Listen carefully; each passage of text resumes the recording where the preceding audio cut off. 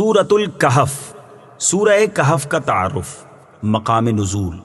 یہ سورت مکہ مکرمہ میں نازل ہوئی ہے۔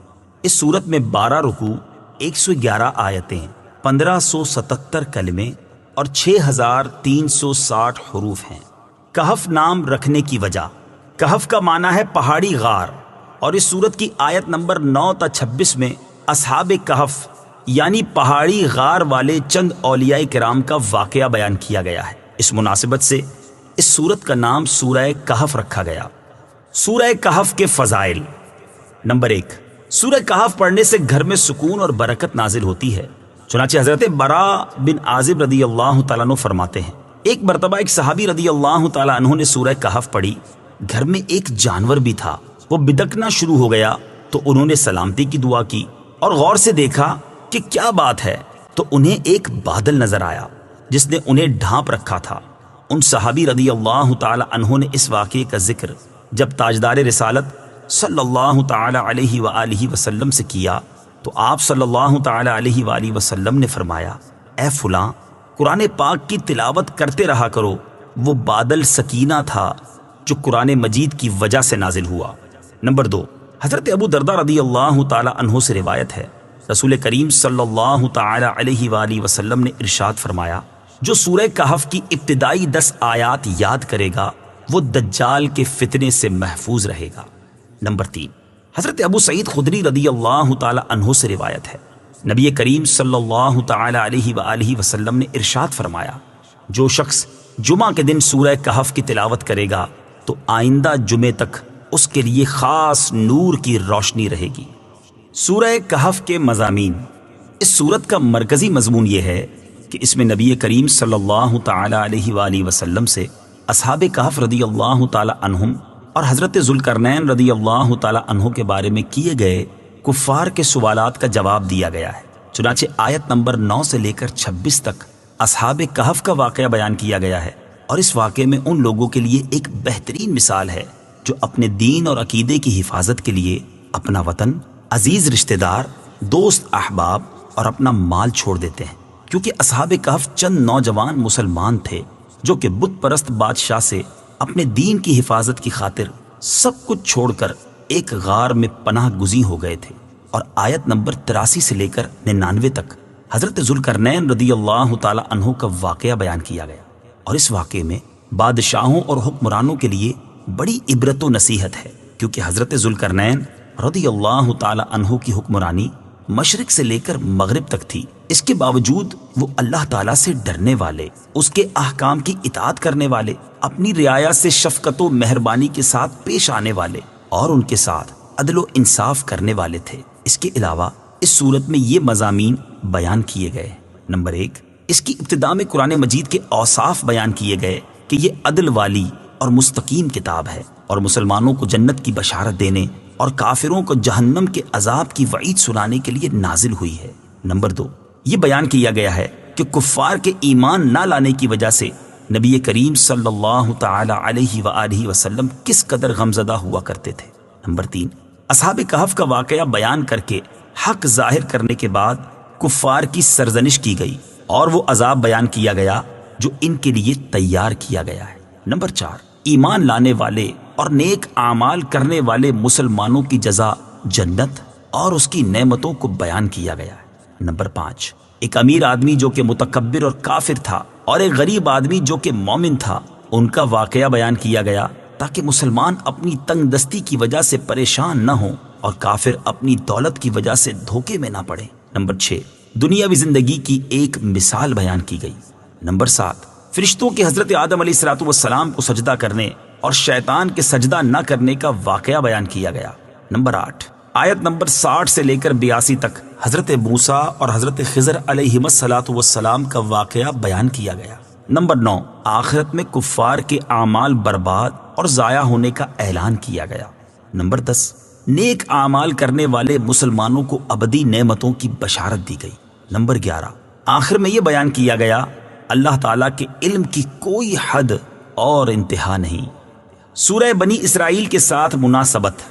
سورہ کہف کی اپنے سے ماقبل سورت بنی اسرائیل کے ساتھ ایک مناسبت یہ ہے کہ قرآن پاک میں اللہ تعالیٰ کی تسبیح اور حمد کو ایک ساتھ ذکر کیا جاتا ہے، اور چونکہ سورہ بنی اسرائیل کی ابتدا میں اللہ تعالیٰ کی تسبیح بیان کی گئی تھی، اس لیے اس کے بعد وہ سورت ذکر کی گئی جس کی ابتدا میں اللہ تعالیٰ کی حمد بیان کی گئی ہے۔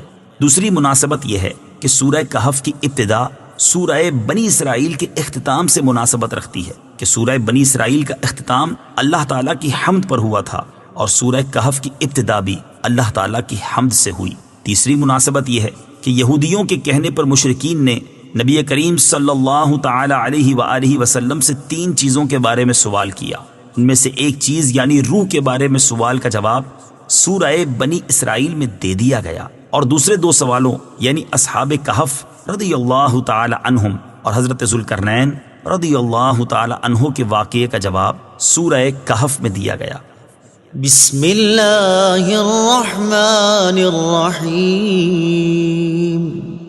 ترجمہ: اللہ کے نام سے شروع جو نہایت مہربان رحمت والا ہے۔ الحمد للہ الذی انزل علی عبده الكتاب ولم يجعل له عوجا۔ ترجمہ: تمام تعریفیں اس اللہ کے لیے ہیں جس نے اپنے بندے پر کتاب نازل فرمائی اور اس میں کوئی ٹیڑھ نہیں رکھی۔ الحمدللہ، تمام تعریفیں اللہ کے لیے ہیں۔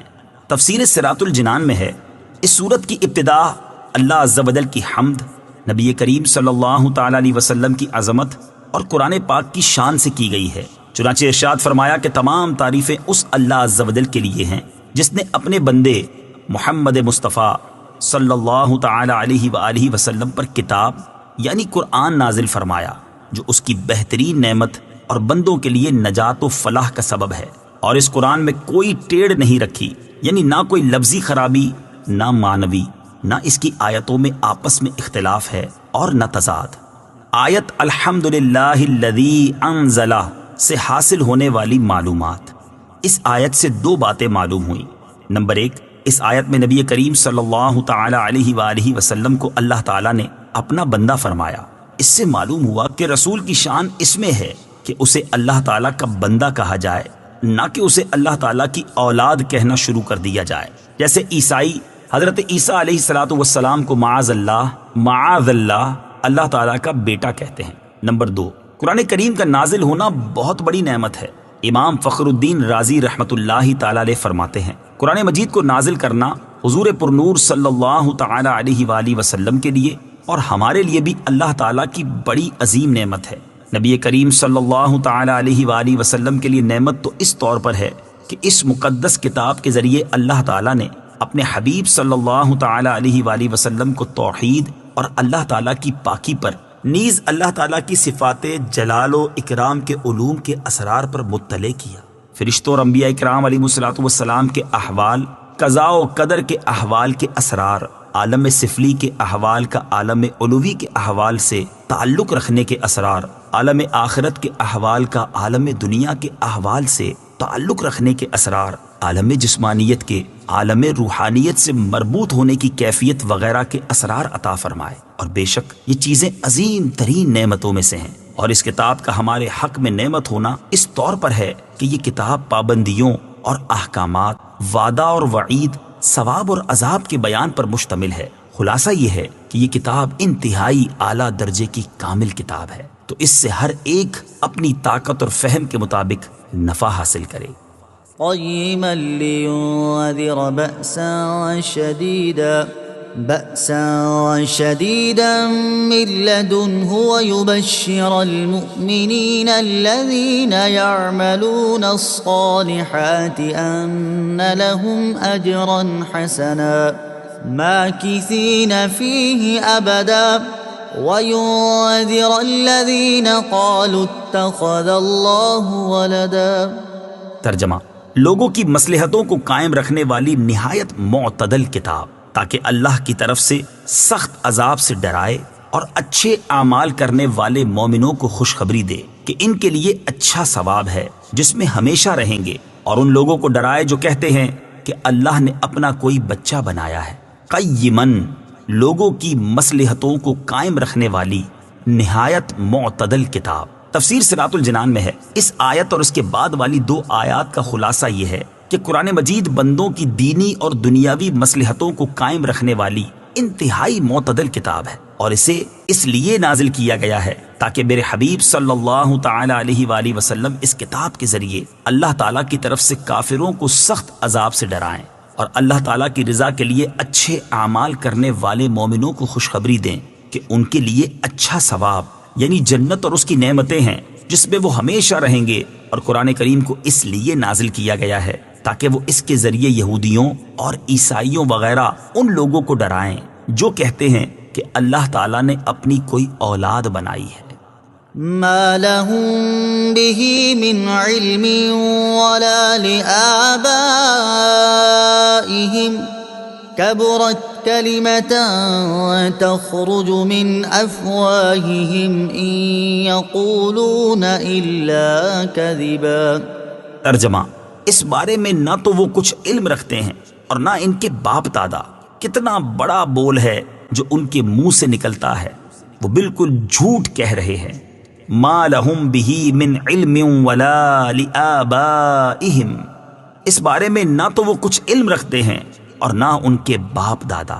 تفسیر صراط الجنان میں ہے، ارشاد فرمایا کہ اللہ تعالیٰ نے اپنا کوئی بچہ بنایا ہے، اس بارے میں نہ تو وہ کچھ علم رکھتے ہیں اور نہ ان کے باپ دادا جن کی وہ اس عقیدے میں پیروی کر رہے ہیں۔ یعنی علم اس بات کا تقاضا ہی نہیں کرتا کہ اللہ تعالیٰ اپنی کوئی اولاد بنائے، کیونکہ اللہ تعالیٰ کے لیے بچے کا ہونا فی نفس ہی محال ہے، اور انہوں نے یہ بات ان چیزوں میں غور و فکر کے بغیر محض جہالت کی وجہ سے کہی ہے جو اللہ تعالیٰ کے لیے ہو سکتی ہیں، اور جو اللہ تعالیٰ کے لیے محال ہیں۔ اللہ تعالیٰ کے لیے بچہ ہونا کتنا بڑا بول ہے جو ان کے منہ سے نکلتا ہے۔ وہ لوگ اللہ تعالیٰ کی شان میں بالکل جھوٹ کہہ رہے ہیں، اور اس بات کے سچ ہونے کا امکان تک بھی نہیں ہے۔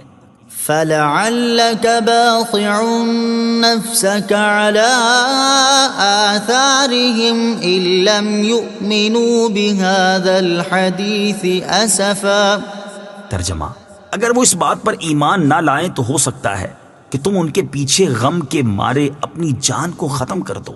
عَلَىٰ آثَارِهِمْ، ان کے پیچھے۔ تفسیر صراط الجنان میں ہے، نبی کریم صلی اللہ تعالی علیہ وآلہ وسلم چونکہ کفار کے ایمان نہ لانے پر نہایت رنجیدہ رہتے تھے اور اس کے لیے بہت زیادہ کوشش کرتے تھے، اس پر اس آیت میں نبی کریم صلی اللہ تعالی علیہ وآلہ وسلم کے قلب مبارک کی تسلی فرمائی گئی ہے کہ آپ ان بے ایمانوں کے ایمان سے محروم رہنے پر اس قدر رنج و غم نہ کیجیے اور اپنی جان پاک کو اس غم سے ہلاکت میں نہ ڈالیے کہ وہ قرآن پاک پر ایمان نہیں لاتے۔ تاجدار رسالت صلی اللہ تعالی علیہ وسلم کا جذبہ تبلیغ۔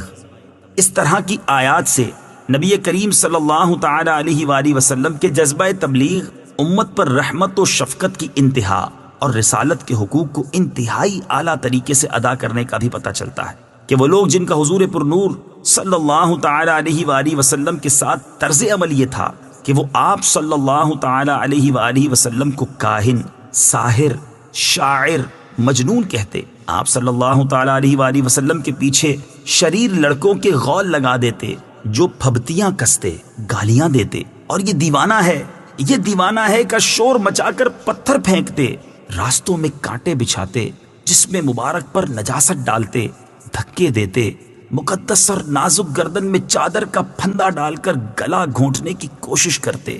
نیز رحمت عالم صلی اللہ تعالی علیہ وآلہ وسلم کے ساتھ ساتھ غریب مسلمانوں پر بھی ظلم و ستم کے پہاڑ توڑتے، صحرائے عرب کی تیز دھوپ میں تنور کی طرح گرم ریت کے ذروں پر مسلمانوں کو پیٹھ کے بل لٹا کر ان کے سینوں پر بھاری پتھر رکھ دیتے، لوہے کو آگ میں گرم کر کے ان سے مسلمانوں کے جسموں کو داغتے۔ ان کے ساتھ رحمت للعالمین صلی اللہ تعالی علیہ وآلہ وسلم کا طرز عمل کیا ہے کہ آپ صلی اللہ تعالی علیہ وآلہ وسلم ان کے ایمان نہ لانے کی وجہ سے اس قدر غمزدہ ہو رہے ہیں جس سے آپ صلی اللہ تعالی علیہ وآلہ وسلم کی جان چلی جانے کا خطرہ ہے۔ سید المرسلین صلی اللہ تعالی علیہ وآلہ وسلم کی سیرت مبارکہ کے اس روشن باب کو سامنے رکھتے ہوئے ہر مسلمان کو چاہیے کہ وہ اپنی حالت پر غور کرے کہ کیا فی زمانہ مسلمانوں کی بے راہ روی، اسلامی احکام پر عمل سے دوری یہودیوں، عیسائیوں اور دیگر کافروں کے طور طریقے اور رسم و رواج کی پیروی اور مسلمانوں میں پھیلی فحاشی و عریانی دیکھ کر اس نے ان کی اصلاح کی کتنی کوشش کی، اور ان کے یہ حالات دیکھ کر اسے کتنا دکھ، افسوس اور رنج و غم ہوا۔ إنا جعلنا ما على الأرض زينة لها لنبلوهم أيهم أحسن عملا وإنا لجاعلون ما عليها صعيدا جرزا۔ ترجمہ: بے شک ہم نے زمین پر موجود چیزوں کو زمین کے لیے زینت بنایا تاکہ ہم انہیں آزمائیں کہ ان میں عمل کے اعتبار سے کون اچھا ہے، اور بے شک جو کچھ زمین پر ہے ہم اسے خشک میدان بنا دیں گے۔ زینت لہا، زمین کے لیے زینت۔ تفسیر صراط الجنان میں ہے، آیت میں فرمایا گیا کہ ہم نے زمین پر موجود چیزوں کو زمین کے لیے زینت بنایا ہے، خواہ وہ حیوان ہوں یا نباتات یا معدنیات یا نہریں اور دریا وغیرہ، اور ان چیزوں کو پیدا کرنے کا مقصد یہ ہے کہ ہم لوگوں کو آزمائیں کہ ان میں عمل کے اعتبار سے کون اچھا ہے اور کون زہد و تقوی اختیار کرتا ہے اور محرمات و ممنوعات سے بچتا ہے۔ صعیداً جرزا، خشک میدان۔ تفسیر صراط الجنان میں ہے، اس آیت میں دنیا کی ناپائیداری اور قابل فنا ہونے کو بیان فرمایا ہے کہ جو کچھ زمین پر ہے قیامت کے دن وہ سب کا سب خشک میدان کی طرح بنا دیا جائے گا، جس پر کوئی رونق نہیں ہوگی، اور زمین کو اس کے آباد ہونے کے بعد ویران کر دیا جائے گا، اور حیوانات، نباتات اور اس کے علاوہ جو بھی چیزیں اس کے لیے باعث زینت تھیں ان میں سے کچھ بھی باقی نہ رہے گا، لہٰذا ایسی فانی چیز سے کیا دل لگانا۔ دنیا کی محبت کم کرنے کا عمدہ طریقہ، دنیا کی محبت دور کرنے کا سب سے عمدہ طریقہ یہی ہے کہ اس کی فنائیت میں غور کیا جائے۔ آدمی جتنا اس میں غور کرتا جاتا ہے اتنی ہی دنیا کی محبت اس کے دل سے کم ہوتی جاتی ہے۔ دنیا کی محبت کم کرنے کے لیے امام غزالی رحمت اللہ تعالی علیہ کے کلام سے اسی آیت سے متعلقہ کچھ کلام پیش کیا جاتا ہے۔ چنانچہ آپ رحمت اللہ تعالی علیہ فرماتے ہیں، جو شخص دنیا میں آتا ہے اس کی مثال ایسی ہے جیسے کسی میزبان کے پاس کوئی مہمان ہو، اور اس میزبان کی یہ عادت ہو کہ ہمیشہ مہمانوں کے لیے مکان آراستہ رکھتا ہو، لہٰذا اس نے مہمانوں کو یکے بعد دیگرے بلا کر ان کے سامنے انتہائی خوبصورت برتنوں میں عمدہ ڈشیں سجائیں، چاندی کی انگیٹھیوں میں عود اور اگربتیاں سلگائیں، کمروں میں اعلیٰ قسم کا اسپرے کروایا تاکہ مہمانوں کے دماغ معطر رہیں اور خوب فرحت و سکون پائیں۔ عقل مند مہمان ان جملہ لوازمات سے خوب لطف اندوز ہوتا ہے اور رخصت کے وقت اپنے اعزاز و اکرام کی بنا پر میزبان کا شکریہ ادا کرتا ہے، لیکن بے وقوف مہمان اس بدگمانی کا شکار ہو جاتا ہے کہ میزبان نے یہ جتنا اہتمام کیا ہے اور یہ سبھی اشیاء اسے دینے ہی کے لیے سجائی ہیں تاکہ رخصت کے وقت انہیں اپنے ساتھ لے جائے، وہ اسی میں پڑا رہتا ہے کہ رخصت کے وقت اس کے سامنے سے تمام چیزوں کو اٹھا لیا جاتا ہے۔ جب خالی ہاتھ پلٹتا ہے تو بڑا کبیدہ خاطر، رنجیدہ اور نادم ہوتا ہے، بلکہ روتا ہے کہ ہائے میرے ساتھ کیا ہوا۔ یوں ہی یہ دنیا مہمان خانہ ہے، اس کے سامان آرائش و زیبائش کو دیکھ کر الجھ نہیں جانا چاہیے، کہیں ایسا نہ ہو کہ اس کی حرص، طمع اور لالچ میں گرفتار ہو جائیں اور موت کا وقت سر پر آن پہنچے، پھر سوائے پچھتاوے کے کچھ ہاتھ نہ آئے گا۔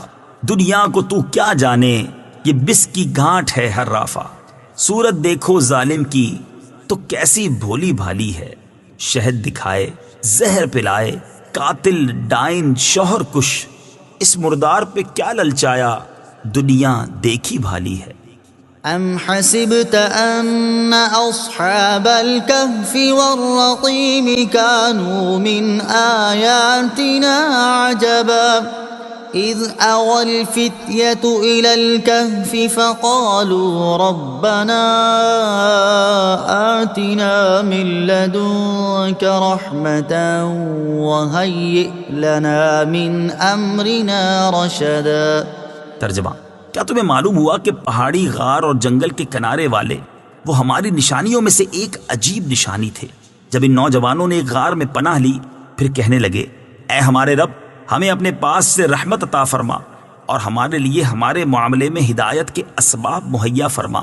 ام حسبتا، کیا تمہیں معلوم ہوا؟ تفسیر صراط الجنان میں ہے، یہاں سے اصحاب کہف کا واقعہ شروع ہوتا ہے اور اسے اللہ عز و جل نے اپنی عجیب و غریب نشانیوں میں سے ایک نشانی قرار دیا، کیونکہ اس واقعے میں بہت سی نصیحتیں اور حکمتیں ہیں۔ حضرت عبداللہ بن عباس رضی اللہ تعالی عنہما نے فرمایا کہ کہ رقیم اس وادی کا نام ہے جس میں اصحاب کہف ہیں۔ اذ اول فتیۃ الی الکہف، جب ان نوجوانوں نے غار میں پناہ لی۔ تفسیر صراط الجنان میں ہے، ارشاد فرمایا کہ جب ان نوجوانوں نے اپنی کافر قوم سے اپنا ایمان بچانے کے لیے ایک غار میں پناہ لی اور اللہ عز و جل کی بارگاہ میں دعا کی، اے ہمارے رب عز و جل ہمیں اپنے پاس سے رحمت عطا فرما اور ہدایت و نصرت اور رزق و مغفرت اور دشمنوں سے امن عطا فرما، اور ہمارے لیے ہمارے معاملے میں ہدایت کے اسباب مہیا فرما۔ اصحاب کہف کے متعلق قوی ترین قول یہ ہے کہ وہ 7 حضرات تھے۔ اگرچہ ان کے ناموں میں کسی قدر اختلاف ہے، لیکن حضرت عبداللہ ابن عباس رضی اللہ تعالی عنہما کی روایت پر جو خازن میں ہے ان کے نام یہ ہیں: مکس لمینہ، یملیخا، مرتونس، بنونس، ساری نونس، ذنوانس، کشفیت تنونس، اور ان کے کتے کا نام کتمیر ہے۔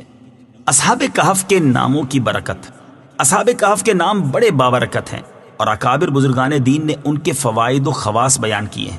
چنانچہ فرماتے ہیں کہ اگر یہ اسماء لکھ کر دروازے پر لگا دیے جائیں تو مکان جلنے سے محفوظ رہتا ہے، سرمایہ پر رکھ دیے جائیں تو چوری نہیں ہوتا، کشتی یا جہاز ان کی برکت سے غرق نہیں ہوتا، بھاگا ہوا شخص ان کی برکت سے واپس آ جاتا ہے، کہیں آگ لگی ہو اور یہ اسماء کپڑے میں لپیٹ کر ڈال دیے جائیں تو وہ بجھ جاتی ہے، بچے کے رونے، باری کے بخار، درد سر، الصبیان یعنی خاص قسم کے دماغی جھٹکے اور دورے، خشکی و تری کے سفر میں جان و مال کی حفاظت، عقل کی تیزی اور قیدیوں کی آزادی کے لیے یہ اسماء لکھ کر تعویذ کی طرح بازو میں باندھے جائیں۔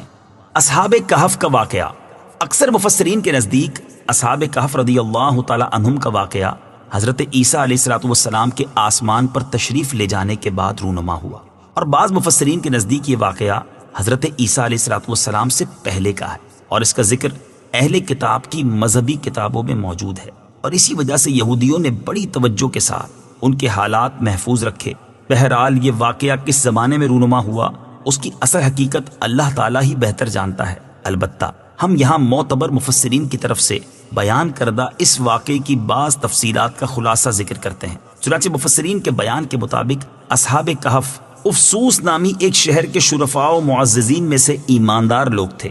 ان کے زمانے میں دقیانوس نامی ایک بڑا جابر بادشاہ تھا جو لوگوں کو بت پرستی پر مجبور کرتا، اور جو شخص بھی بت پرستی پر راضی نہ ہوتا اسے قتل کر ڈالتا تھا۔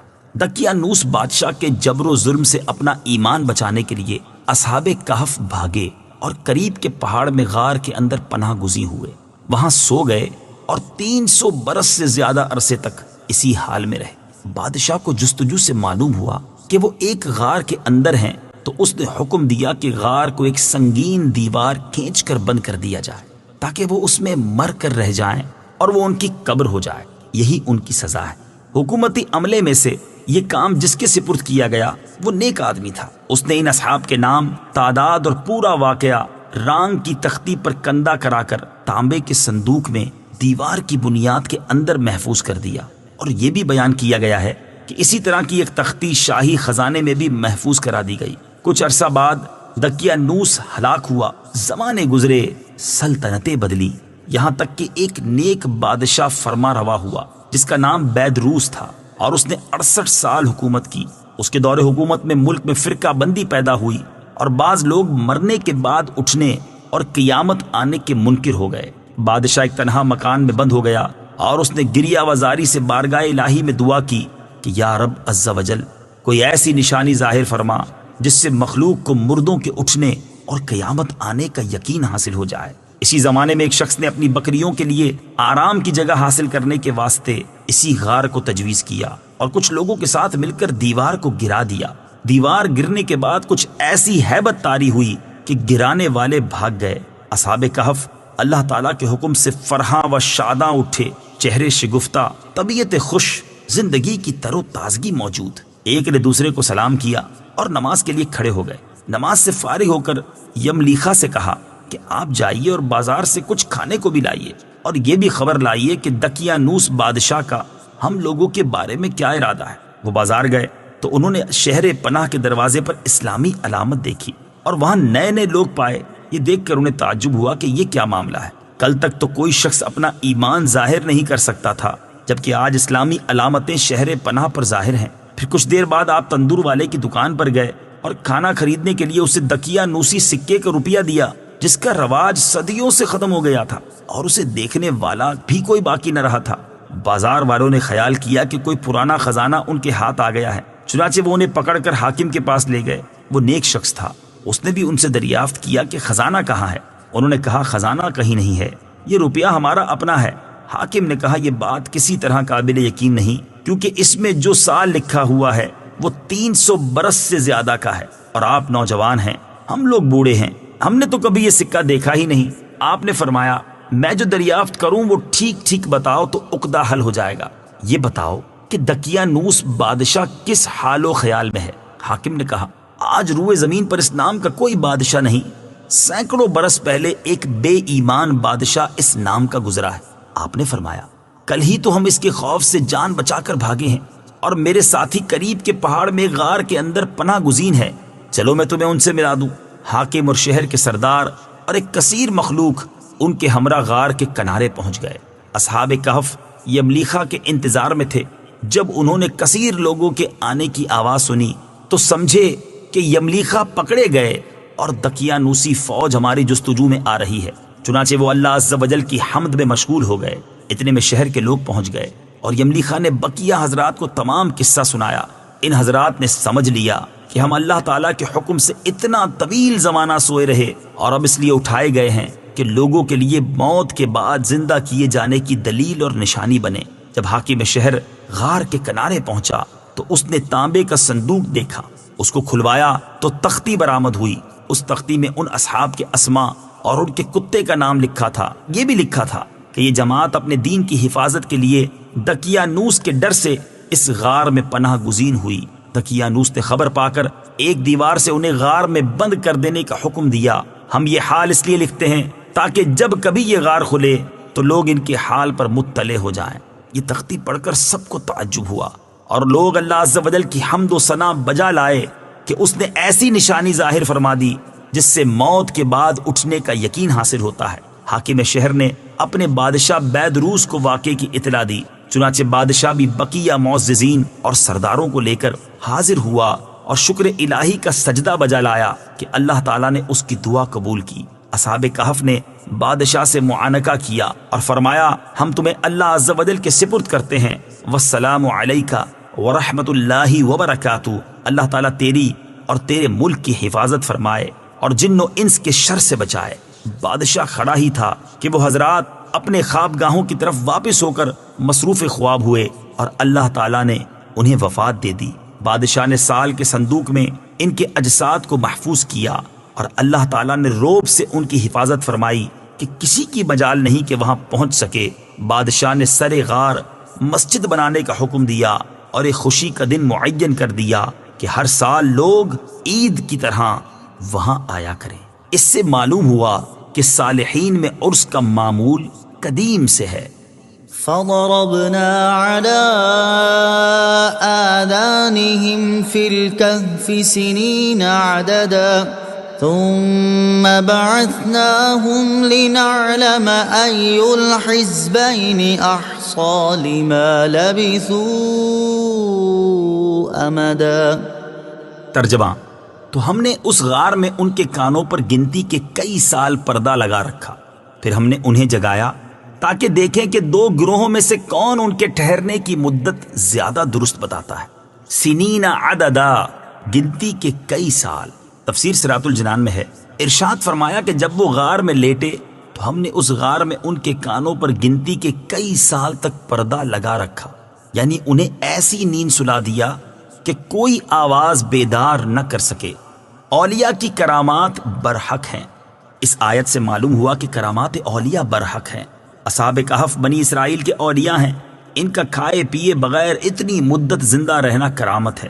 یہ بھی معلوم ہوا کہ کرامت ولی سے سوتے میں بھی صادر ہو سکتی ہے، اور اسی طرح بعد موت بھی ان کے جسموں کو مٹی کا نہ کھانا یہ بھی کرامت اولیاء میں سے ہے۔ نیز یہ بھی معلوم ہوا کہ یہ ضروری نہیں کہ ولی اپنے اختیار سے کرامت ظاہر کرے اور اسے علم بھی ہو، بلکہ بعض اوقات بغیر ولی کے اختیار کے اور بغیر اس کے علم کے بھی کرامت ظاہر ہوتی ہے، جیسے اصحاب کہف کے واقعے میں ہوا۔ ثم بعثناہم، پھر ہم نے انہیں جگایا۔ تفسیر صراط الجنان میں ہے، ارشاد فرمایا کہ پھر ہم نے اصحاب کہف کو 309 سال کی نیند کے بعد جگایا تاکہ دیکھیں کہ ان کے سونے کی مدت کے بارے میں اختلاف کرنے والے دو گروہوں میں سے کون ان کے ٹھہرنے کی مدت زیادہ درست بتاتا ہے۔ نحن نقص عليك نبأهم بالحق إنهم فتية آمنوا بربهم وزدناهم هدى وربطنا على قلوبهم إذ قاموا فقالوا ربنا رب السماوات والأرض لن ندعو من دونه إلها لقد قلنا إذا شططا هؤلاء قومنا اتخذوا من دونه آلهة لولا يأتون عليهم بسلطان بين فمن أظلم ممن افترى على الله كذبا وَإِذِ اعْتَزَلْتُمُوهُمْ وَمَا يَعْبُدُونَ إِلَّا اللَّهَ فَأْوُوا إِلَى الْكَهْفِ يَنشُرْ لَكُمْ رَبُّكُمْ مِنْ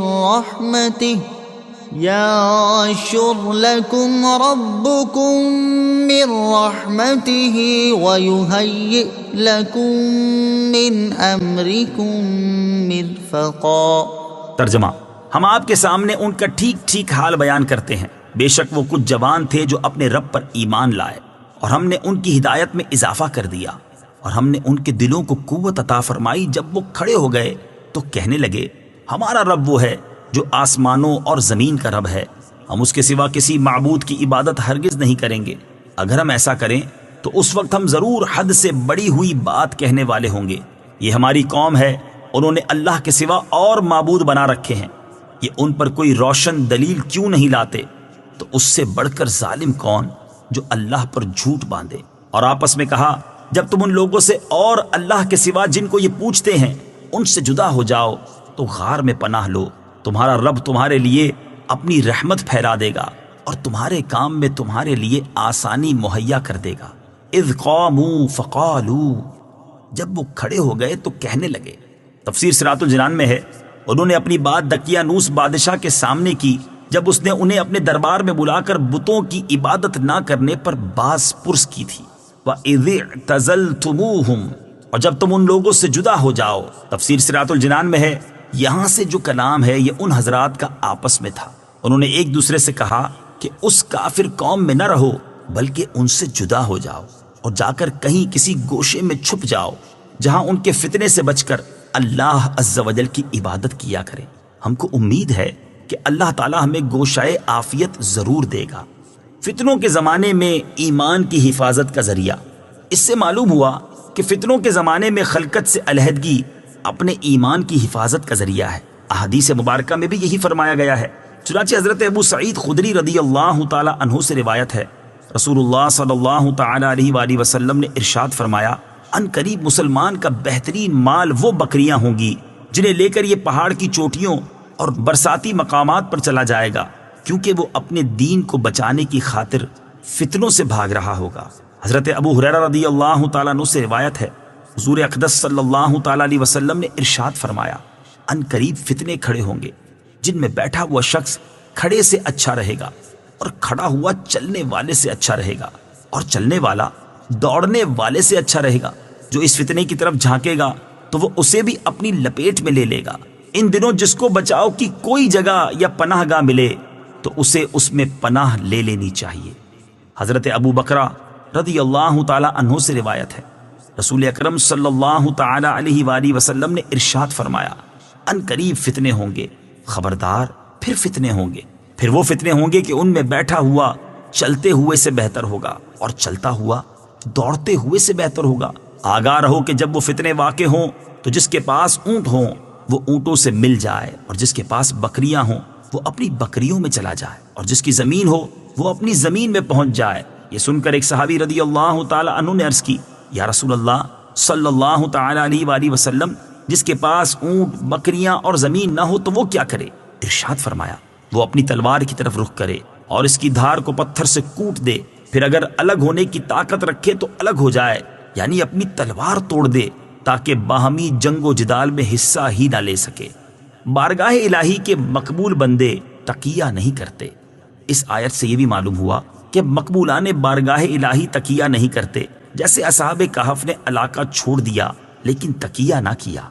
وترى الشمس إذا طلعت تزاور عن كهفهم ذات اليمين وإذا غربت تقرضهم ذات الشمال وهم في فجوة منه ذلك من آيات الله من يهد الله فهو المهتد ومن يضلل فلن تجد له وليا مرشدا۔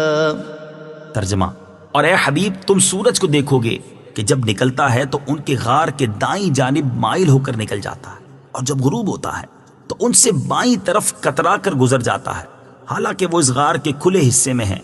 یہ اللہ کی نشانیوں میں سے ہے، جسے اللہ ہدایت دیتا ہے تو وہی ہدایت پانے والا ہے، اور جسے وہ گمراہ کرے تو تم ہرگز اس کے لیے کوئی راہ دکھانے والا مددگار نہ پاؤ گے۔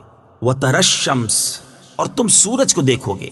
تفسیر صراط الجنان میں ہے، آیت میں فرمایا گیا کہ سورج اصحاب کہف کے دائیں اور بائیں ہو کر گزرتا ہے، یعنی ان پر تمام دن سایہ رہتا ہے، اور طلوع سے غروب تک کسی وقت بھی دھوپ کی گرمی انہیں نہیں پہنچتی۔ مفتی احمد یار خان نعیمی رحمۃ اللہ تعالی علیہ فرماتے ہیں کہ ان کا غار جنوب رخ میں واقع ہوا ہے کہ سورج نکلتے وقت بائیں اور غروب کے وقت داہنے ہو جاتا ہے، اور ان پر کسی وقت دھوپ نہیں پہنچتی۔ یہی تفسیر زیادہ قوی ہے۔ آیت میں مزید فرمایا کہ حالانکہ وہ اس غار کے کھلے حصے میں ہیں، گویا ہر وقت انہیں تازہ ہوائیں پہنچتی رہتی ہیں، یعنی وہ کھلے میدان میں ہونے کے باوجود دھوپ سے محفوظ ہیں۔ یا تو ان کی یہ کرامت ہے یا کچھ رخ ہی ایسا ہے۔ وَتَحْسَبُهُمْ أَيْقَاظًا وَهُمْ رُقُودٌ وَنُقَلِّبُهُمْ ذَاتَ الْيَمِينِ وَذَاتَ الشِّمَالِ وَكَلْبُهُمْ بَاسِطٌ ذِرَاعَيْهِ بِالْوَصِيدِ لَوِ اطَّلَعْتَ عَلَيْهِمْ لَوَلَّيْتَ مِنْهُمْ فِرَارًا وَلَمُلِئْتَ مِنْهُمْ رُعْبًا۔ ترجمہ، اور تم انہیں جاگتے ہوئے خیال کرو گے حالانکہ وہ سو رہے ہیں، اور ہم ان کی دائیں اور بائیں کروٹ بدلتے رہتے ہیں، اور ان کا کتا غار کی چوکھٹ پر اپنی کلائیاں پھیلائے ہوئے ہے۔ اے سننے والے، اگر تو انہیں جھانک کر دیکھ لے تو ان سے پیٹھ پھیر کر بھاگ جائے اور ان کی ہیبت سے بھر جائے۔ وَتَحْسَبُهُمْ أَيْقَاظًا، اور تم انہیں جاگتے ہوئے خیال کرو گے۔ تفسیر صراط الجنان میں ہے، اس آیت کا مفہوم یہ ہے کہ اگر تم انہیں دیکھو تو تم انہیں جاگتے ہوئے خیال کرو گے، کیونکہ ان کی آنکھیں کھلی ہیں حالانکہ وہ سو رہے ہیں، اور ہم سال میں ایک مرتبہ 10 محرم شریف کو ان کی دائیں اور بائیں کروٹ بدلتے رہتے ہیں تاکہ ایک ہی طرح لیٹے رہنے سے ان کے بدن کو نقصان نہ پہنچے، اور ان کا کتا غار کی چوکھٹ پر اپنی کلائیاں پھیلائے ہوئے ہے، اور وہ بھی ان کے ساتھ کروٹ بدلتا ہے، یعنی جب اصحاب کہف کروٹ بدلتے ہیں تو وہ بھی کروٹ بدلتا ہے۔ کتے کے ضرر سے محفوظ رہنے کا وظیفہ۔ تفسیر ثعلبی میں ہے کہ جو کوئی ان کلمات وَكَلْبُهُمْ بَاسِطٌ ذِرَاعَيْهِ بِالْوَصِيدِ کو لکھ کر اپنے ساتھ رکھے تو کتے کے ضرر سے امن میں رہے گا۔ اللہ تعالیٰ کے نیک بندوں سے محبت کی برکت۔ ابو فضل جوہری نے کہا، بے شک جس نے نیک لوگوں سے محبت کی وہ ان کی برکتیں پائے گا۔ ایک کتے نے نیک بندوں سے محبت کی اور ان کی صحبت میں رہا تو اللہ تعالیٰ نے اس کا ذکر اپنی پاک کتاب میں فرمایا۔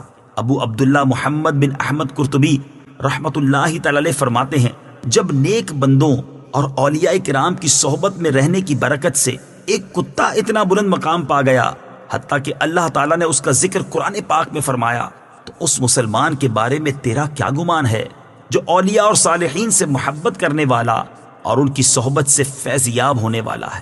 بلکہ اس آیت میں ان مسلمانوں کے لیے تسلی ہے جو کسی بلند مقام پر فائز نہیں، یعنی ان کے لیے تسلی ہے کہ وہ اپنی اس محبت و عقیدت کی وجہ سے اللہ تعالیٰ کی بارگاہ میں سرخرو ہوں گے۔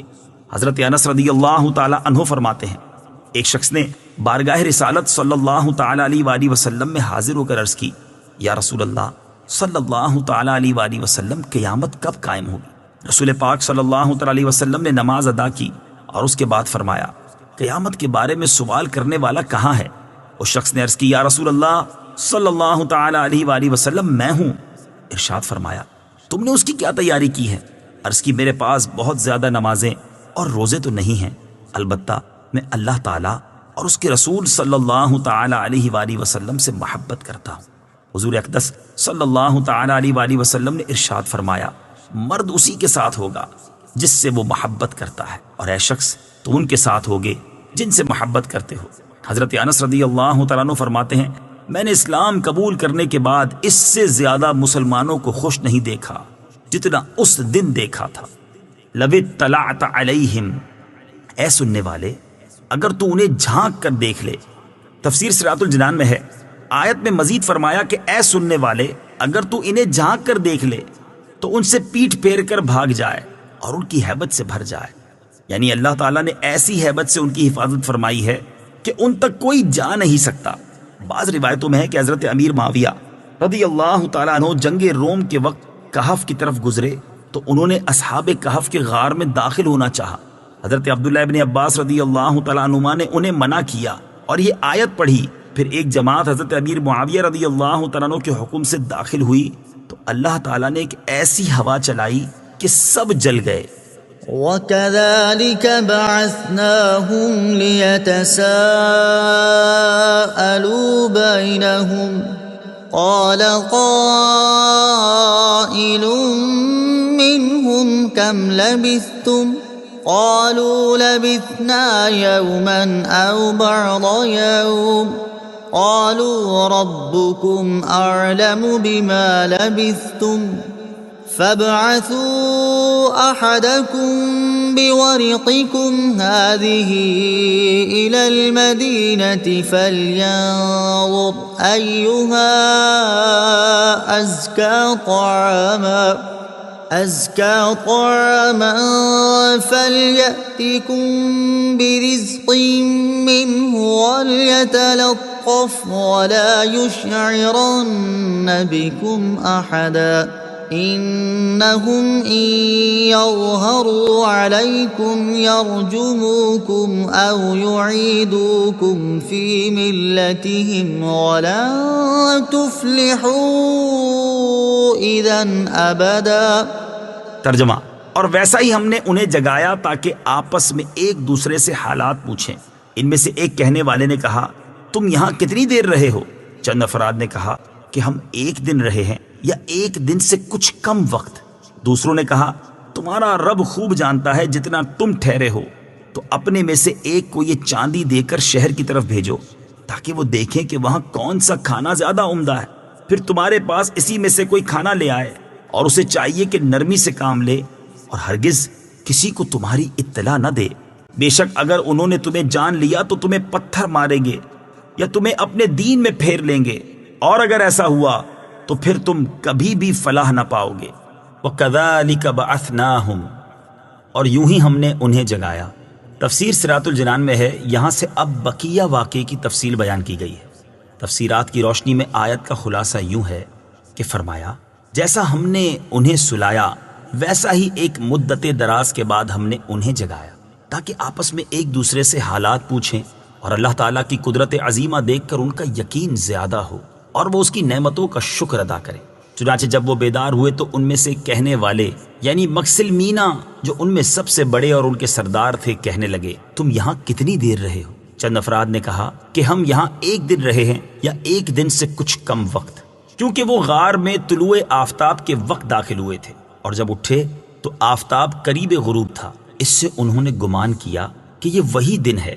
بقیہ لوگوں نے کہا، تمہارا رب خوب جانتا ہے جتنا تم ٹھہرے ہو کہ تھوڑا عرصہ ہوا ہے یا زیادہ، تو اپنے میں سے ایک کو یہ چاندی دے کر شہر کی طرف بھیجو تاکہ وہ جا کر دیکھے کہ وہاں کون سا کھانا زیادہ عمدہ ہے، جس میں حرمت کا کوئی شبہ نہ ہو، پھر وہی کھانا لے آئے، اور جانے والے کو چاہیے کہ آنے جانے میں نرمی سے کام لے اور ہرگز کسی کو تمہاری اطلاع نہ دے۔ اصحاب کہف اپنے ساتھ دقیانوسی سکے لے کر گئے تھے اور سوتے وقت انہیں اپنے سرہانے رکھ لیا تھا۔ اس سے معلوم ہوا کہ مسافر کو خرچ ساتھ میں رکھنا طریقہ توکل کے خلاف نہیں ہے۔ اسباب ساتھ رکھے اور بھروسہ اللہ عز و جل پر رکھے۔ انہم ان یظہروا علیکم، بے شک اگر انہوں نے تمہیں جان لیا۔ تفسیر صراط الجنان میں ہے، اصحاب کہف نے آپس میں کہا کہ اگر انہوں نے تمہیں جان لیا تو تمہیں پتھر ماریں گے اور بری طرح قتل کریں گے، یا جبر و ستم سے تمہیں اپنے دین میں پھیر لیں گے، اور اگر ایسا ہوا تو پھر تم کبھی بھی فلاح نہ پاؤ گے۔ وَكَذَلِكَ أَعْثَرْنَا عَلَيْهِمْ لِيَعْلَمُوا أَنَّ وَعْدَ اللَّهِ حَقٌّ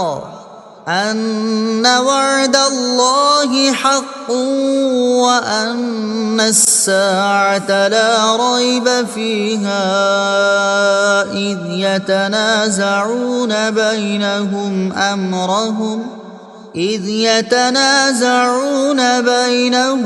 أَمْرَهُمْ فَقَالُوا ابْنُوا عَلَيْهِمْ بُنْيَانًا رَبُّهُمْ أَعْلَمُ بِهِمْ قَالَ الَّذِينَ غَلَبُوا عَلَىٰ أَمْرِهِمْ لَنَتَّخِذَنَّ عَلَيْهِمْ مَسْجِدًا۔ ترجمہ: اور اسی طرح ہم نے ان پر مطلع کر دیا تاکہ لوگ جان لیں کہ اللہ کا وعدہ سچا ہے، اور یہ کہ قیامت میں کچھ شبہ نہیں۔ جب وہ لوگ ان کے معاملے میں باہم جھگڑنے لگے تو کہنے لگے، ان کے غار پر کوئی عمارت بنا دو، ان کا رب انہیں خوب جانتا ہے۔ جو لوگ اپنے اس کام میں غالب رہے تھے انہوں نے کہا، ہم ضرور ان کے قریب ایک مسجد بنائیں گے۔ وَكَذَلِكَ، اور اسی طرح۔ تفسیر صراط الجنان میں ہے، ارشاد فرمایا کہ جیسے ہم نے اصحاب کہف کو جگایا تھا، اسی طرح ہم نے لوگوں کو دقیانوس کے مرنے اور مدت گزر جانے کے بعد اصحاب کہف کے بارے میں مطلع کر دیا، تاکہ تمام لوگ اور بالخصوص بیدروس بادشاہ کی قوم کے منکرین قیامت جان لیں کہ اللہ عز و جل کا وعدہ سچا ہے، اور یہ کہ قیامت میں کچھ شبہ نہیں۔ پھر اصحاب کہف کی وفات کے بعد ان کے ارد گرد عمارت بنانے میں لوگ باہم جھگڑنے لگے تو کہنے لگے، ان کے غار پر کوئی عمارت بنا دو، ان کا رب عز و جل انہیں خوب جانتا ہے۔ جو لوگ اپنے اس کام میں غالب رہے تھے، یعنی بیدروس بادشاہ اور اس کے ساتھی، انہوں نے کہا، ہم ضرور ان کے قریب ایک مسجد بنائیں گے جس میں مسلمان نماز پڑھیں اور ان کے قرب سے برکت حاصل کریں۔ بزرگوں کے مزارات کے قریب مسجدیں بنانا جائز ہے۔ اس سے معلوم ہوا کہ بزرگوں کے مزارات کے قریب مسجدیں بنانا اہل ایمان کا قدیم طریقہ ہے، اور قرآن کریم میں اس کا ذکر فرمانا اور اس کو منع نہ کرنا اس فعل کے درست ہونے کی قوی ترین دلیل ہے۔ اس سے یہ بھی معلوم ہوا کہ بزرگوں کے قرب میں برکت حاصل ہوتی ہے، اسی لیے اہل اللہ کے مزارات پر لوگ حصول برکت کے لیے جایا کرتے ہیں۔ قبروں کی زیارت سنت اور موجب ثواب ہے۔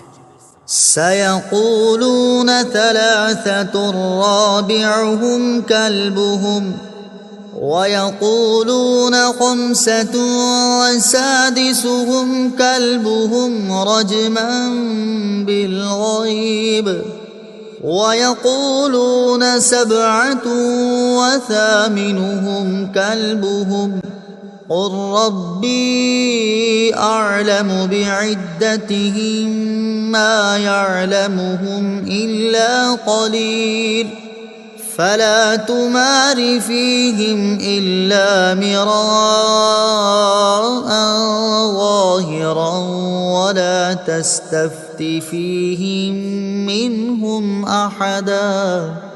ترجمہ: اب لوگ کہیں گے کہ وہ 3 ہیں جبکہ چوتھا ان کا کتا ہے، اور کچھ کہیں گے وہ 5 ہیں اور چھٹا ان کا کتا، یہ سب بغیر دیکھے اندازے ہیں، اور کچھ کہیں گے وہ 7 ہیں اور 8واں ان کا کتا ہے۔ تم فرماؤ، میرا رب ان کی تعداد خوب جانتا ہے، انہیں بہت تھوڑے لوگ جانتے ہیں، تو ان کے بارے میں بحث نہ کرو مگر اتنی ہی جتنی ظاہر ہو چکی ہے، اور ان کے بارے میں ان میں سے کسی سے کچھ نہ پوچھو۔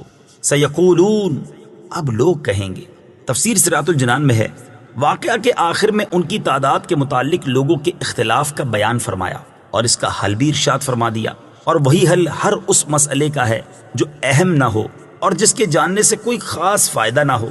چنانچہ فرمایا کہ اب لوگ کہیں گے یعنی عیسائی، جیسا کہ ان میں سید نامی آدمی نے کہا وہ 3 ہیں جبکہ چوتھا ان کا کتا ہے، اور عاقب نامی آدمی نے کہا وہ 5 ہیں اور چھٹا ان کا کتا ہے۔ یہ سب بغیر دیکھے اندازے ہیں، یعنی یہ دونوں اندازے غلط ہیں، وہ نہ 3 ہیں نہ 5، اور کچھ کہیں گے وہ 7 ہیں اور 8واں ان کا کتا ہے، اور یہ کہنے والے مسلمان ہیں۔ اللہ تعالیٰ نے ان کے قول کو ثابت رکھا کیونکہ انہوں نے جو کچھ کہا وہ رسول کریم صلی اللہ تعالی علیہ وآلہ وسلم سے علم حاصل کر کے کہا۔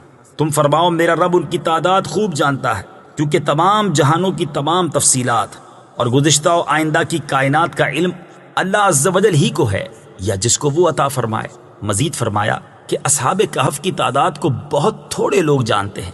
حضرت عبداللہ ابن عباس رضی اللہ تعالی عنہما نے فرمایا کہ میں انہی قلیل میں سے ہوں جن کا آیت میں استثناء فرمایا۔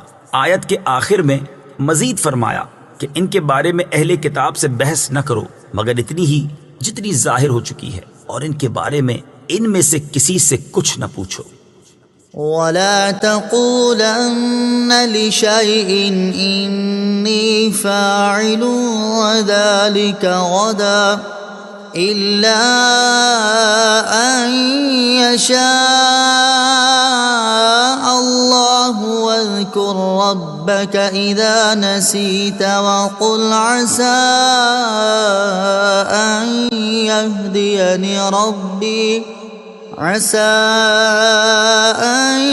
يهديني ربي لأقرب من هذا رشدا۔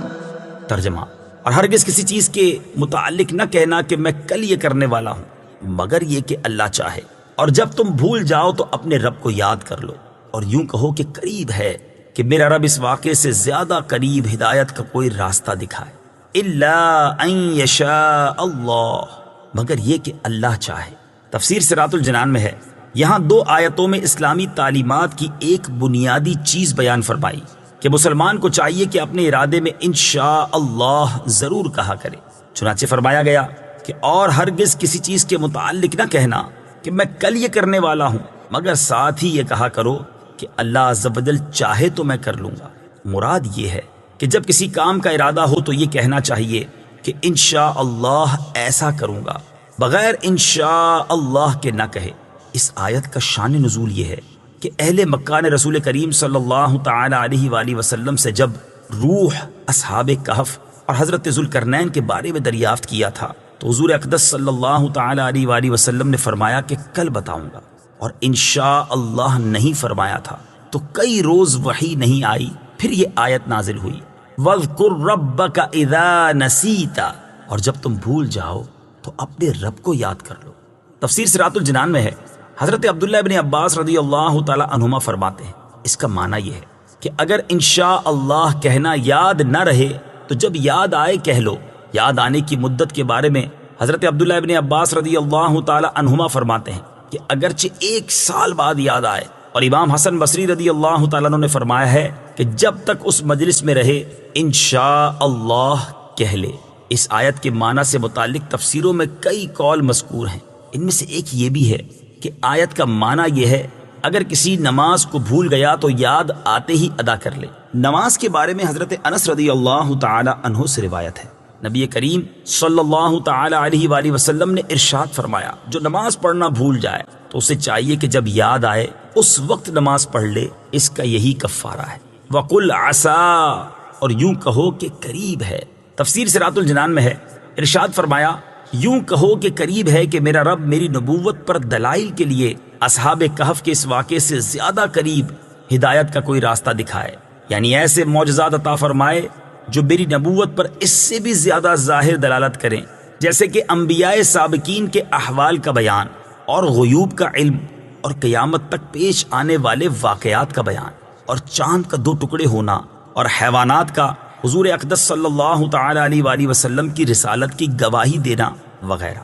وَلَبِثُوا فِي كَهْفِهِمْ 300 سِنِينَ وَازْدَادُوا 9 قُلِ اللَّهُ أَعْلَمُ بِمَا لَبِثُوا لَهُ غَيْبُ السَّمَاوَاتِ وَالْأَرْضِ أَبْصِرْ بِهِ وَأَسْمِعْ ما لهم من دونه من ولي ولا يشرك في حكمه أحدا۔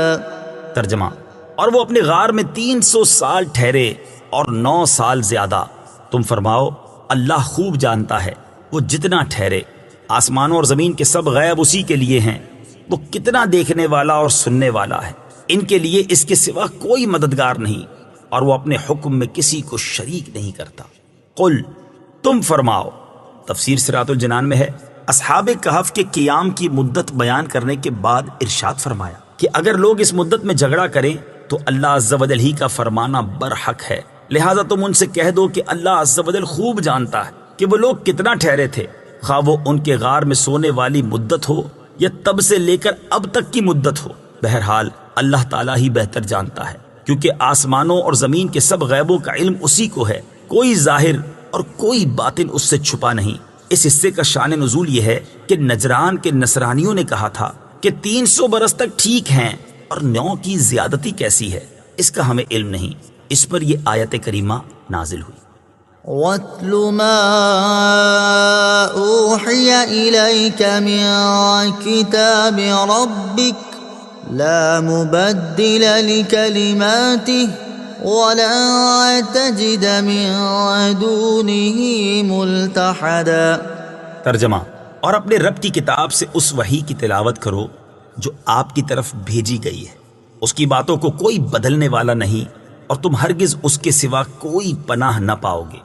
وَاتْلُو، اور تلاوت کر۔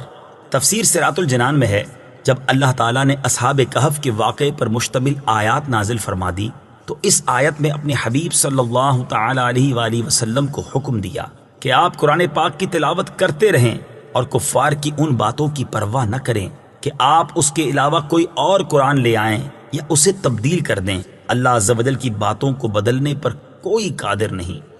قرآن مجید کی تلاوت کرنی چاہیے اگرچہ سمجھ میں نہ آئے۔ اس آیت مبارکہ میں تلاوت کا بیان اصحاب کہف کے واقعے کے اختتام کے طور پر ہے، لیکن قرآن پاک کے عمومی الفاظ کا اعتبار کرتے ہوئے یہ بھی معلوم ہوتا ہے کہ مطلقاً بھی قرآن پاک کی تلاوت کرنی چاہیے، سمجھ میں آئے یا نہ آئے۔ واصبر نفسك مع الذين يدعون ربهم بالغداة والعشي يريدون وجهه ولا تعد عيناك عنهم تريد زينة الحياة الدنيا ولا تطع من أغفلنا قلبه عن ذكرنا واتبع هواه وكان أمره فرطا۔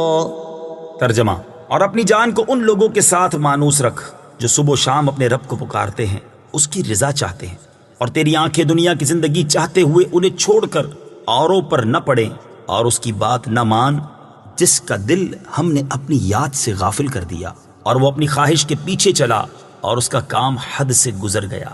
الذین یدعون ربہم بالغداة والعشی، جو صبح و شام اپنے رب کو پکارتے ہیں۔ تفسیر صراط الجنان میں ہے، اس آیت کا شان نزول یہ ہے کہ سرداران کفار کی ایک جماعت نے سرکار دو عالم صلی اللہ تعالی علیہ وآلہ وسلم سے عرض کیا کہ ہمیں غرباء اور شکستہ حالوں کے ساتھ بیٹھتے شرم آتی ہے، اگر آپ انہیں اپنی صحبت سے جدا کر دیں تو ہم اسلام لے آئیں، اور ہمارے اسلام لانے سے خلق کثیر اسلام لے آئے گی۔ اس پر یہ آیت کریمہ نازل ہوئی، اور نبی کریم صلی اللہ تعالی علیہ وآلہ وسلم کو فرمایا گیا کہ اپنی جان کو ان لوگوں کے ساتھ مانوس رکھ جو صبح و شام اپنے رب عز و جل کو پکارتے ہیں، اس کی رضا چاہتے ہیں، یعنی جو اخلاص کے ساتھ ہر وقت اللہ عز و جل کی طاعت میں مشغول رہتے ہیں۔ آیت وَاصْبِرْ نَفْسَكَ سے معلوم ہونے والے مسائل۔ اس آیت مبارکہ سے بہت سے مسائل معلوم ہوئے۔ نمبر 1، نبی کریم صلی اللہ تعالی علیہ وآلہ وسلم کی تربیت خود رب العالمین عز و جل فرماتا ہے۔ جیسے یہاں ہوا کہ ایک معاملہ درپیش ہوا تو اللہ عز و جل نے اپنے حبیب علیہ الصلوۃ والسلام کی خود تربیت فرمائی اور آپ کی کمال کی طرف رہنمائی فرمائی۔ نمبر 2، یہ بھی معلوم ہوا کہ اچھوں کے ساتھ رہنا اچھا ہے اگرچہ وہ فقراء ہوں، اور بروں کے ساتھ رہنا برا ہے اگرچہ وہ مالدار ہوں۔ نمبر 3، یہ بھی معلوم ہوا کہ صبح و شام خصوصیت سے اللہ عز و جل کا ذکر کرنا بہت افضل ہے، قرآن پاک میں بطور خاص صبح و شام کے ذکر کو بکثرت بیان فرمایا ہے، جیسے اس آیت میں بھی ہے اور اس کے علاوہ بھی بہت سی آیتوں میں ہے۔ نمبر 4، یہ بھی معلوم ہوا کہ حضور پرنور صلی اللہ تعالی علیہ وآلہ وسلم کو صالحین سے بطور خاص محبت ہے کہ آپ صلی اللہ تعالی علیہ وسلم کو اس کا حکم دیا گیا ہے۔ نمبر 5، صالحین کی 2 علامتیں بھی اس آیت میں بیان فرمائیں۔ اول یہ کہ وہ صبح و شام اللہ عز و جل کا ذکر کرتے ہیں، اور دوسری یہ کہ ہر عمل سے اللہ عز و جل کی رضا اور خوشنودی کے طلبگار ہوتے ہیں۔ نمبر 6، مزید اس آیت میں دنیا داروں کی طرف نظر رکھنے اور ان کی پیروی سے ممانعت کے بارے میں حکم ہے۔ اس حکم میں قیامت تک کے مسلمانوں کو ہدایت ہے کہ غافلوں، متکبروں، ریاکاروں، مالداروں کی نہ مانا کریں اور ان کے مال و دولت پر نظریں نہ جمائیں، بلکہ مخلص، صالح، غرباء و مساکین کے ساتھ تعلق رکھیں اور انہی کی اطاعت کیا کریں۔ دنیا کی محبت میں گرفتار مالداروں کی بات ماننا دین کو برباد کر دیتا ہے۔ قرآن و حدیث کی روشنی میں جو بات سمجھ آتی ہے وہ یہ ہے کہ مال اور مالدار فی نفس ہی نہ برے ہیں اور نہ اچھے، بلکہ مال کا غلط استعمال اور ایسے مالدار برے ہیں، اور چونکہ مالدار عموماً نفس پرستی میں پڑ جاتے ہیں اسی لیے ان کی مذمت زیادہ بیان کی جاتی ہے۔ اسی سے ملتا جلتا ایک حکم حدیث مبارکہ میں ہے۔ چنانچہ حضرت عبداللہ بن عباس رضی اللہ تعالی عنہما سے روایت ہے، رسول اللہ صلی اللہ تعالی علیہ وآلہ وسلم نے ارشاد فرمایا، میری امت میں سے کچھ لوگ علم دین سیکھیں گے، قرآن پڑھیں گے اور کہیں گے ہم امیروں کے پاس اس لیے جاتے ہیں تاکہ ان سے دنیا حاصل کریں اور اپنے دین کو ان سے جدا رکھتے ہیں، حالانکہ یہ نہیں ہو سکتا، جیسا کہ کانٹے والے درخت سے پھل توڑنے میں کانٹے ہی ہاتھ آتے ہیں، اسی طرح وہ ان کے قرب میں گناہوں سے نہیں بچ سکتے۔ حضرت عبداللہ ابن مسعود رضی اللہ تعالی عنہ فرماتے ہیں، اگر علماء علم حاصل کرنے کے بعد اسے محفوظ رکھتے اور اسے اہل لوگوں کے سامنے پیش کرتے تو اہل زمانہ کے سردار بن جاتے، لیکن انہوں نے اسے دنیا والوں پر اپنی دنیا حاصل کرنے کے لیے خرچ کیا، اس وجہ سے ذلیل ہو گئے۔ میں نے رسول اللہ صلی اللہ تعالی علیہ وآلہ وسلم کو فرماتے سنا ہے، جس شخص کی ساری فکر آخرت کے متعلق ہے تو اللہ تعالیٰ دنیا کے غموں سے اس کی کفایت فرمائے گا، اور جو شخص دنیاوی امور میں پریشان ہوتا رہے گا اللہ تعالیٰ کو اس کی پرواہ نہیں، چاہے وہ کسی وادی میں بھی گر کر مرے۔ حضرت ابو ہریرہ رضی اللہ تعالیٰ عنہ سے روایت ہے، حضور اقدس صلی اللہ تعالیٰ علیہ وسلم نے ارشاد فرمایا، جو شخص علم صرف اللہ تعالیٰ کی رضا حاصل کرنے کے لیے نہیں بلکہ دنیاوی مقاصد کے لیے حاصل کرے تو قیامت کے دن وہ جنت کی خوشبو ہرگز نہیں پائے گا۔